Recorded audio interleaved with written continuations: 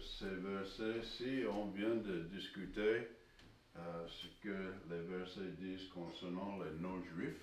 Kwa hiyo tumetoka kuzungumzia andiko ya Warumi 9:33 inazungumzia kwa ajili ya wale ambao sio Wayahudi pia. Bon, maintenant, on veut discuter un peu ce que les versets disent concernant les Israélites. Sasa tunataka kuzungumzia kwa ajili ya wale ambao ni Wayahudi au Waisraeli sasa. Donc les Israélites, ils ont poursuivi aussi la justice. Kwa hiyo wao Waisraeli na wao vile vile walitafuta haki. Mais comment est-ce qu'ils ont poursuivi la justice? Lakini sasa wao walitafuta haki kwa njia ipi? Kwa njia gani? Ils ont essayé à garder les commandements de Dieu. Wao walijitahidi kwa kulinda zile amri za Mungu. Puis ils n'ont pas trouvé. Lakini hawakupata. Parce que quelle était la raison pour laquelle Dieu nous a donné ces commandements? Na ni sababu ipi ambao Mungu alitupatia sisi zile amri? Pour nous enseigner cette vérité-ci. Ili kutufundisha ukweli huu. Personne ne peut garder tous les commandements de Dieu, c'est impossible. Hakuna ambaye anaweza akazingatia zile amri zote za Mungu, ni vigumu. Kwa sababu Mungu wetu ni mtakatifu sana. Kwa kuwa Mungu wetu ni mtakatifu sana. Amen. C'est pourquoi Israël n'a pas trouvé la justice. Kwa kuwa ndio maana Waisraeli wao hawakupata ile haki. Et voici encore les deux types de personnes dans ce monde-ci. Naangalia tena ndio tofauti ya watu wawili hapa chini ya jua hapa duniani. Les gens qui cherchent la justice avec leur œuvre. Kuna wale ambao wanatafuta haki kwa matendo yao, kwa jitihada zao. Ne peuvent pas trouver. Lakini hawezi wakapata hiyo haki. Et puis les gens qui admettent qu'ils ne peuvent pas trouver la justice sauf avec Dieu.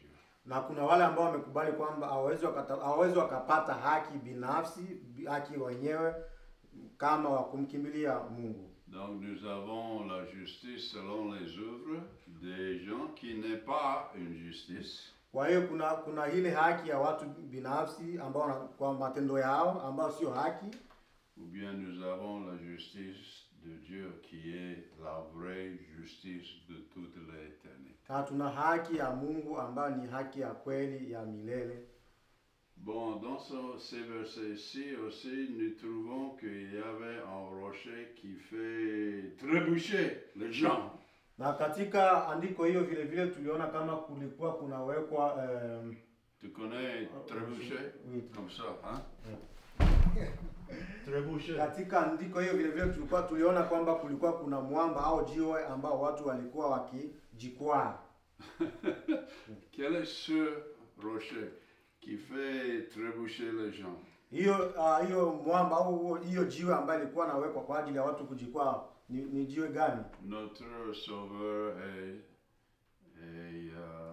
Dieu Jésus-Christ. Kwamba mkombozi wetu ni Yesu Kristo mwenyewe. Donc on se demande, est-ce que c'est l'injustice de Dieu qui a causé Israël d'être rejeté? Je, ni ile anauliza swali kwamba je, ni ile upendeleo wa Mungu ambao ulisababisha Waisraeli watupiliwe au wakataliwe na Mungu? Pas du tout. Hapana. C'est-à-dire que le rejet d'Israël ne vient pas de Dieu. Kwa hiyo ile kukataliwa wa Israeli au kuwekwa pembeni ya Israeli haitokani na Mungu. Le rejet d'Israël vient d'eux-mêmes. Kwa hiyo ile kuwekwa pembeni au kukataliwa kwa Israeli imetokana na wao wenyewe. Parce que Dieu ne rejette personne. Kwa sababu Mungu hamtupii mtu yeyote. Ce sont les gens qui rejettent Dieu. Lakini ni sisi binadamu ndio tunamtupa Mungu. Dieu aimerait sauver tout le monde. Mungu anapenda akomboe watu wote. Mais le problème est que tout le monde ne veut pas être sauvé. Ce n'est pas la faute de Dieu. Lakini ukweli ni kwamba watu wote hawataki kukombolewa na hiyo sio kosa ya Mungu. Donc c'est Israël a causé le propre rejet. Kwa hiyo Waisraeli wenyewe walijisababishia kukataliwa wenyewe. Pourquoi? Kwa nini? Parce que Israël, on pense que Dieu les a acceptés, hein? Au cause ils sont nés dans la tribu d'Israël. Kwa sababu Waisraeli wao walijua kwamba Mungu ameshawakubali kwa kuwa wamezaliwa katika ukoo wa Israeli. Israël a aussi pensé que Dieu les a acceptés parce qu'ils ont essayé à garder la loi de Moïse. Kwa hiyo Waisraeli vile vile walijua kwamba Mungu ameshawakubali kwa kuwa walitahidi kulinda ile amri za Musa. Mais comment est-ce qu'on peut être sauvé? Israël aussi. Ni jinsi gani tunaweza tukakombolewa? Par la foi en Jésus-Christ péché. Tunaweza kukombolewa kwa kuwa na imani ndani ya Yesu Kristo pekee. Donc, les versets sont en train de nous enseigner que les non-juifs, les juifs, nous sommes sauvés par la foi. Kwa hiyo andiko hii ya Warumi inataka kutufundisha kwamba wale ambao ni Wayahudi na wasio Wayahudi tunakombolewa kwa kupitia imani ndani ya Yesu Kristo. Amen. Imani péché, c'est cela. D'accord. Et la foi nous enseigne, personne ne peut garder les lois de Dieu, c'est Dieu seul qui doit nous sauver.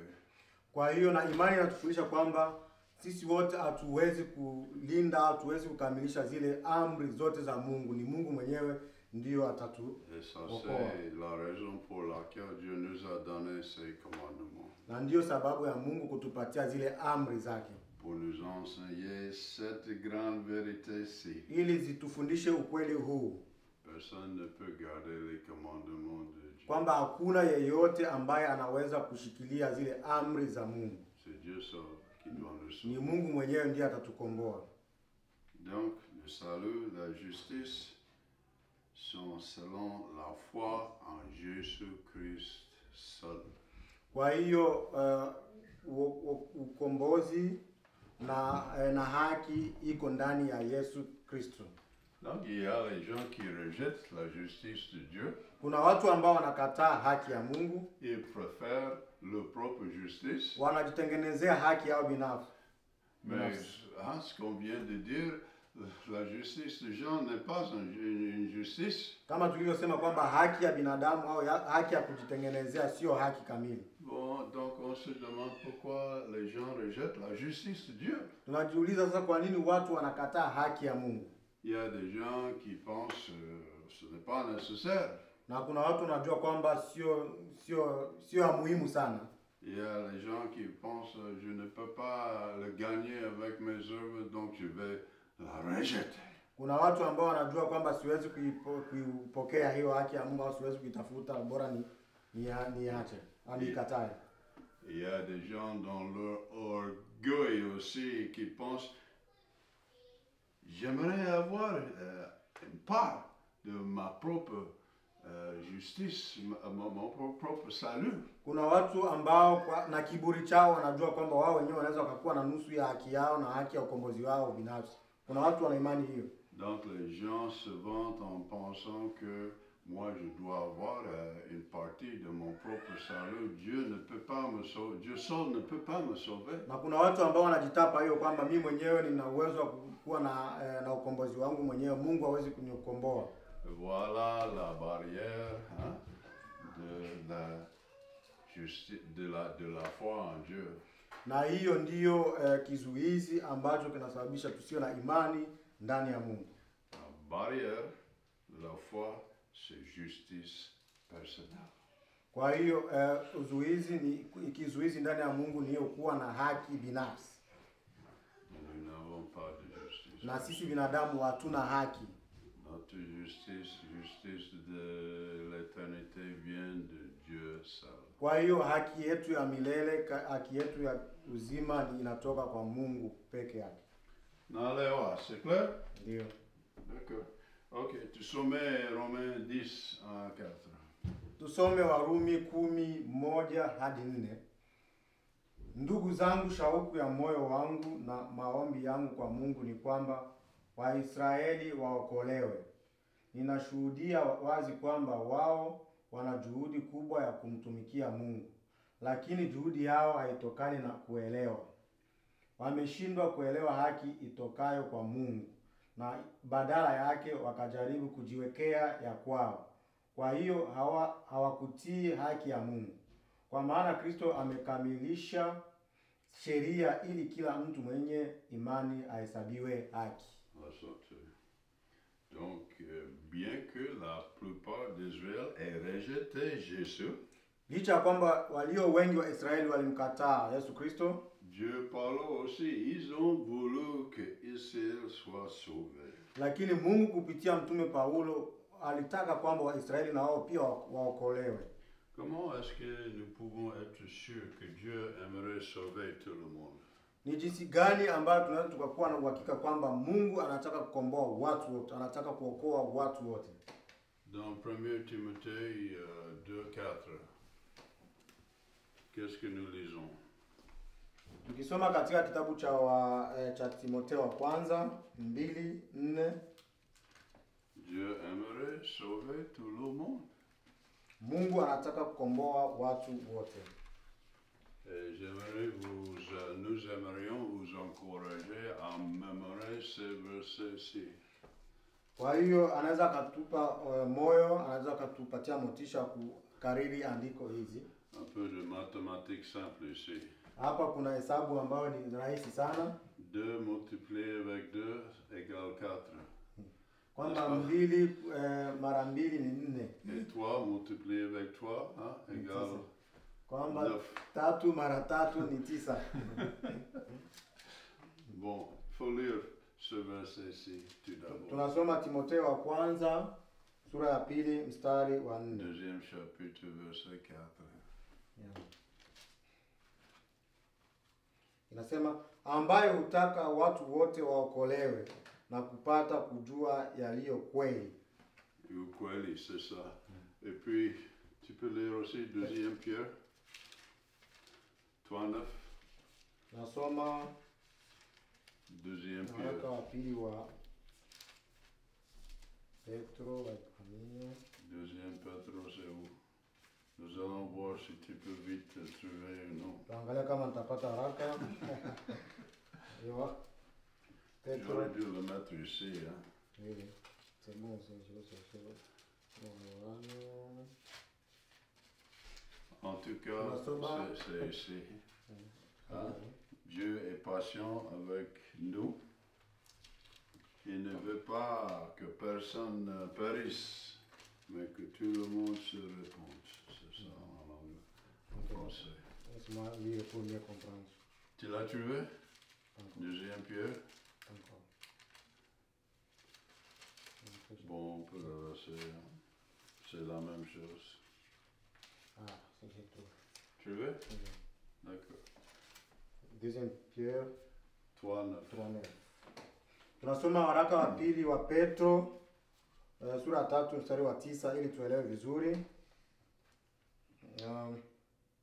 Inasema basi Bwana ajua kuwaokoa watauwa na majaribu na kuwaweka wasio haki katika hali ya adhabu hata siku ya hukumu.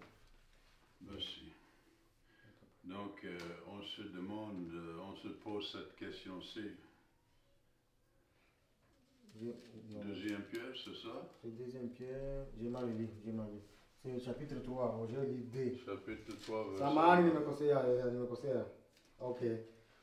Samahani nimekosea, ni waraka wa pili wa Petro, samahani, sura ya 3 mstari wa 9. Inasema Bwana hakawii kuitimiza ahadi yake kama wengine wanavyokudhani kukawia, bali uvumilia kwenu, maana hapendi mtu yeyote apotee, bali wote wafikirie toba. Amen. Même chose. Oui. C'est ça. Donc, on se demande cette question-ci. Kwa hiyo tunajiuliza swali hii. Si Dieu n'a pas voulu sauver tout le monde, donc, il n'aurait pas dû donner la vie à tout le monde. Kwa hiyo kama Mungu angependa kukomboa watu wote, maana angepatia watu wote uhai. Mais parce que Dieu aimerait nous sauver nous tous, il nous a donné la vie. Kwamba kwa kuwa Mungu anapenda kutukomboa sote, anapenda kutuokoa sote, alitupatia uhai. Donc, parce que Dieu a choisi Israël, Dieu a voulu sauver Israël aussi. Kwa hiyo kwa kuwa Mungu alitaka kukomboa Israeli, ndio maana alitaka kukomboa Israeli pia. Et quel était le problème? Lakini shida ilikuwa ni nini? Le problème était que Israël a rejeté la justice de Dieu. Tatizo ni kwamba Waisraeli wao walikataa haki ya Mungu na wakati Mungu ndiye aliwachagua. Israël ne se sont pas soumis à la justice de Dieu. Kwa hiyo Waisraeli wao hawakutaka kunyenyekea katika haki ya Mungu. Et Israël a essayé à établir leur propre justice. Na Waisraeli wao walitaka kujijengea haki yao binafsi. Israël a refusé à écouter les prophètes de Dieu. Kwa hiyo Waisraeli wao walikataa kusikiliza wale wanabii wa Mungu. Israël est devenu fier de leur propre justice, qui n'était pas une justice. Waisraeli walijivunia haki yao binafsi ambayo sio haki kamili. Et Israël n'a pas compris comment notre Dieu est si saint. Na Waisraeli hawakuelewa kiasi gani Mungu wetu ni mtakatifu sana. Et voilà la raison pour laquelle les gens rejettent la justice de Dieu. Na ndio sababu ambayo watu wengi tunakataa au wanakataa kupokea haki ya Mungu. Wanaitupilia. Voilà la raison pour laquelle les gens essaient à établir leur propre justice. Na ndio sababu ambayo watu wanajaribu kujitengenezea haki yao binafsi. Parce que les gens ne comprennent pas comment notre Dieu est si saint. Kwa sababu watu hawaelewi jinsi gani Mungu ni mtakatifu sana. Oui. Et les gens dépendent sur leur propre capacité d'obéir la loi de Dieu. Na watu wanajitegemea na ufahamu wao kutokutii au kutokuheshimia sheria za Mungu, haki ya Mungu. Amen.